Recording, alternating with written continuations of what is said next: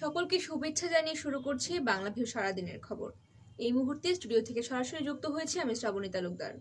এই অনুষ্ঠানের মাধ্যমে আমরা আপনাদেরকে জানিয়ে দেওয়ার চেষ্টা করি সারাদিনে ঘটে যাওয়া কিছু গুরুত্বপূর্ণ খবর সংক্ষিপ্ত রূপে। চলুন জেনে নেওয়া যাক আজ সারাদিনের কিছু গুরুত্বপূর্ণ খবর।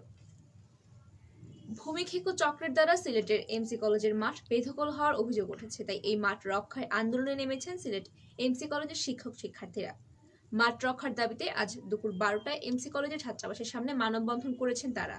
এই সময় সিলেট সিটি কর্পোরেশনের মেয়র আরিফুল হক চৌধুরীও সেখানে উপস্থিত হয়ে শিক্ষক শিক্ষার্থীদের সঙ্গে একাত্মতা পোষণ করেন এবং এমসি কলেজের মাঠকে দখলমুক্ত করতে সর্বাত্মক চেষ্টার প্রতিশ্রুতি দেন।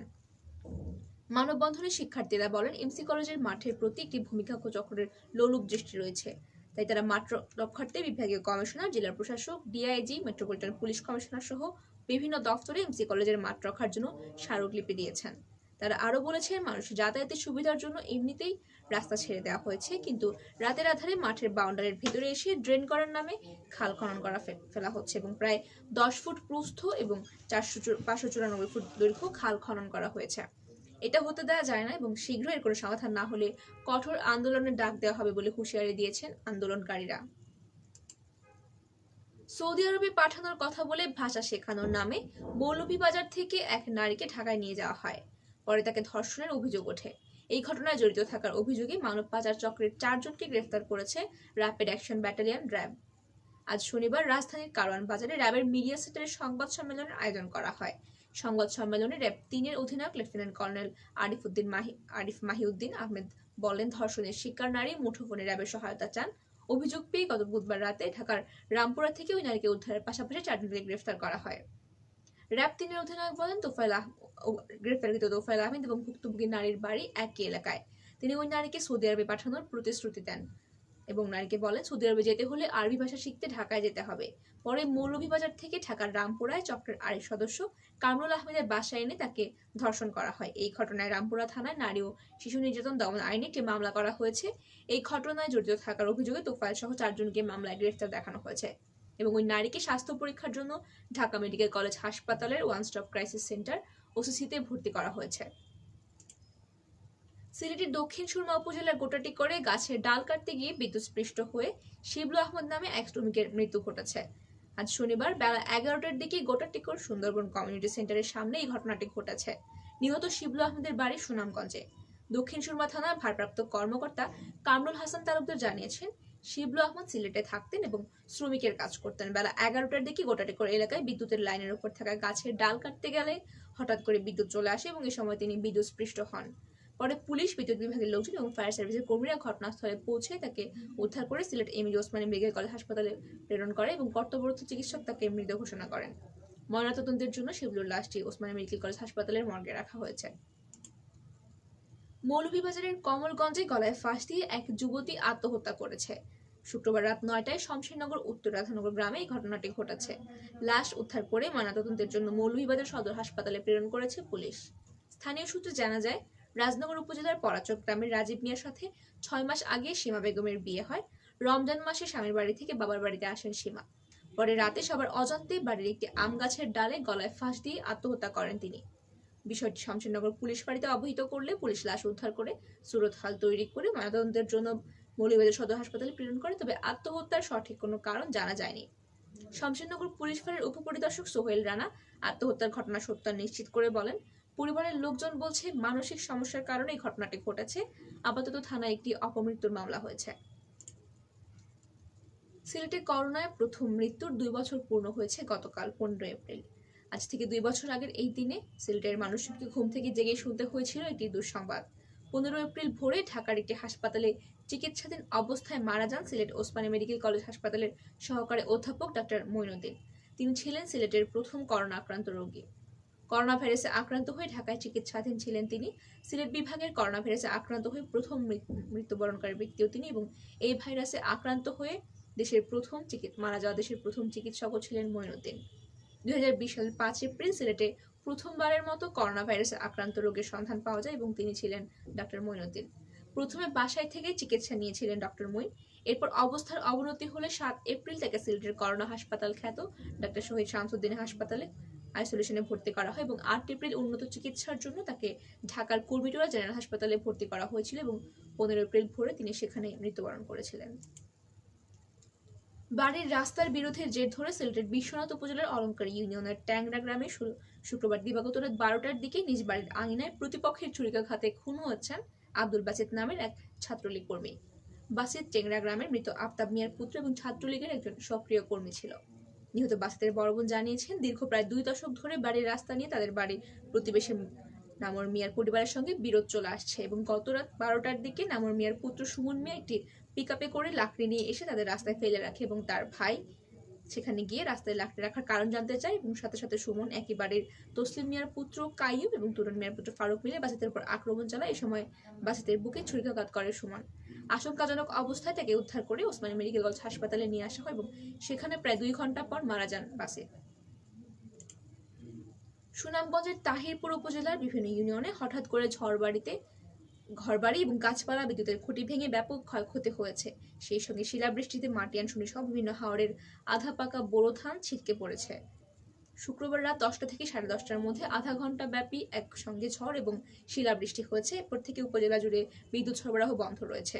স্থানীয় সূত্রে জানা যায়, হঠাৎ করে ঝড় এবং শিলাবৃষ্টিতে উপজেলার আমতৈল, একতা বাজার, লাউয়েরগড় সহ বিভিন্ন এলাকার প্রায় অর্ধশতাধিক ঘরবাড়ি, গাছপালা এবং বোরো ধানের ব্যাপক ক্ষয়ক্ষতি হয়েছে।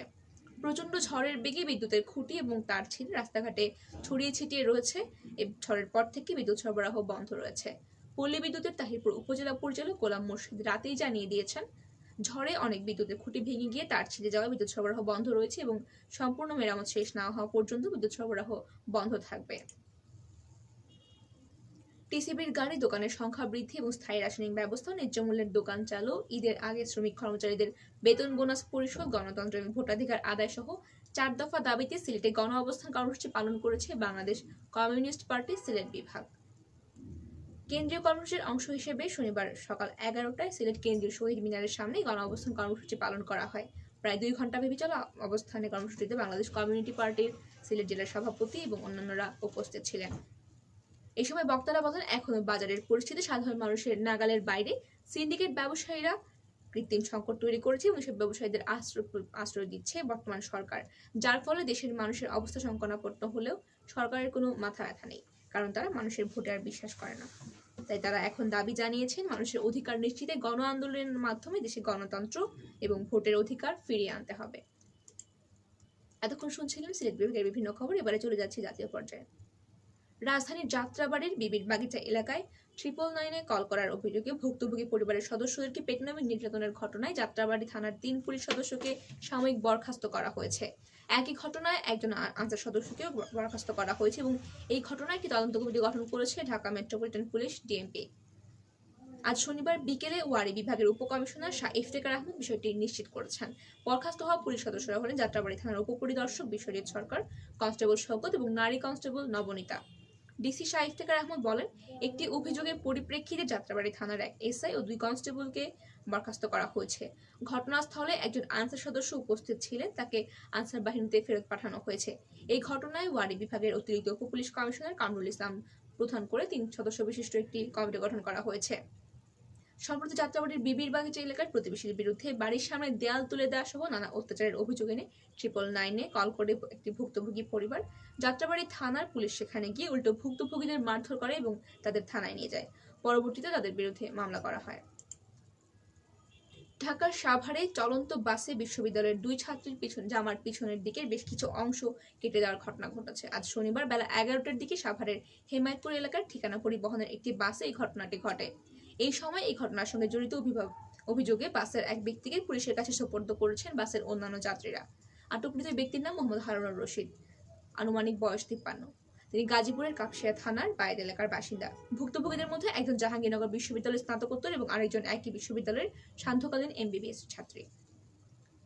ভুক্তভোগী এক শিক্ষার্থী জানান, আজ সকালে তিনি তার ফুফাতো বোন জাহাঙ্গীরনগর বিশ্ববিদ্যালয়ের প্রান্তিক ফটক থেকে ঠিকানা পরিবহনের একটি বাসে ওঠেন। বাসটি হেমায়তপুর এলাকায় পৌঁছালে তিনি পিছন থেকে শরীরের কোনো কিছুর স্পর্শ টের পান। বিষয়টি প্রথমে তিনি গুরুত্ব না দিয়ে সামনে ঝুঁকে বসেন। কিছুক্ষণ পর তিনি একই অনুভূতি পেলে পেছনে হাত দিয়ে দেখেন জামার বেশ কিছু অংশ কাটা। এই সময় তিনি পেছনে ঘুরে দেখেন হারুন রশিদের বাসের জানলা দিয়ে একটি কাটার ফেলে দিয়ে তাড়াহুড়া করে সিট থেকে উঠে যাচ্ছে। এই সময় তিনি চিৎকার করে বাসের অন্যান্য যাত্রীদেরকে আটক করেন এবং আটকের পর ওই ব্যক্তিকে হেমায়তপুর পুলিশ বক্সে নিয়ে যাওয়া হয়, পরে সাভার মডেল থানায় হস্তান্তর করা হয়েছে। এবারে আন্তর্জাতিক। যুক্তরাজ্যের প্রধানমন্ত্রী বরিস জনসন সহ দেশটির 10 জনের বেশি মন্ত্রী সংসদের উপর নিষেধাজ্ঞা আরোপ করেছে রাশিয়া। আজ শনিবার এক বিবৃতিতে তথ্য জানিয়েছে রুশ পররাষ্ট্র মন্ত্রণালয়। ইউক্রেনের রুশ হামলার উপর রাশিয়ার বিরুদ্ধে নিষেধাজ্ঞা তুলে দিয়েছিল যুক্তরাজ্য। এর প্রতিক্রিয়ায় এবার যুক্তরাজ্যের উপর পাল্টা নিষেধাজ্ঞা আরোপ করেছে মস্কো। বিবৃতিতে রুশ পররাষ্ট্র মন্ত্রণালয় বলেছে, রাশিয়াকে আন্তর্জাতিক পর্যায় থেকেই বিচ্ছিন্ন করতে এবং রুশ অর্থনীতিকে চাপে ফেলতে লাগামহীনভাবে রাজনৈতিক প্রচারণা চালিয়ে যাচ্ছে লন্ডন। এই জন্য পাল্টা পদক্ষেপ হিসেবে নিষেধাজ্ঞা আরোপ করা হয়েছে। আফগানিস্তান সীমান্তের একটি সশস্ত্র বাহিনীর চোরাগোপ্তা হামলায় পাকিস্তানের অন্তত 7 সেনা সদস্য নিহত হওয়ার খবর জানিয়েছে আল জাজিরা। গতকাল শুক্রবার পাকিস্তান সেনাবাহিনীর দেওয়া এক বিবৃতিতে বলা হয়েছে, তেহরিক-ই-তালেবান পাকিস্তানের শক্ত ঘাঁটি হিসেবে পরিচিত আফগান সীমান্তের কাছে এক এলাকায় পাকিস্তানের একটি সেনাবহরের চোরাগোপ্তা হামলা হলে গুলিতে 7 সেনা সদস্য এবং সশস্ত্র বাহিনীর 4 জন সদস্য নিহত হয়েছেন। বিবৃতিতে বলা হয়েছে, গত বৃহস্পতিবার দেশটির খাইয়ার পখতুয়ান প্রদেশের নর্থ ওয়াজিস্তান জেলার ইসাম এলাকার চোরাগোপ্তা এই হামলার ঘটনাটি ঘটেছে এবং বিবৃতিতে বলা হয়, সন্ত্রাসবাদ নির্মূলে পাকিস্তান সেনাবাহিনী বদ্ধপরিকর এবং তাদের সাহসী সেনাদের এমন আত্মত্যাগ সংকল্পকে আরও শক্তিশালী করবে। পাকিস্তানের সামরিক বাহিনী প্রায়ই আফগান সীমান্তে হামলার শিকার হয়ে থাকে, তবে তাৎক্ষণিকভাবে সর্বশেষ এই হামলার কোনো দায় সশস্ত্র গোষ্ঠীর পক্ষ থেকে স্বীকার করা হয়নি। প্রিয় দর্শক শ্রোতা, আপনারা শুনছিলেন সারাদিনের বিভিন্ন খবর। শেষ করার আগে জানিয়ে দেব সারা দেশের করোনা ভাইরাস পরিস্থিতি। দেশে সর্বশেষ 24 ঘন্টায় গতকাল শুক্রবার 8টা থেকে আজ শনিবার সকাল 8টা পর্যন্ত করোনায় কারো মৃত্যু হয়নি। এই নিয়ে পরপর মৃত্যুশূন্য 5 দিন কাটিয়েছে দেশ। তবে এই সময়ে সংক্রমণ কিছুটা বেড়েছে। নতুন করে শনাক্ত হয়েছে 51 জন। আগের দিনের সংখ্যা ছিল 27।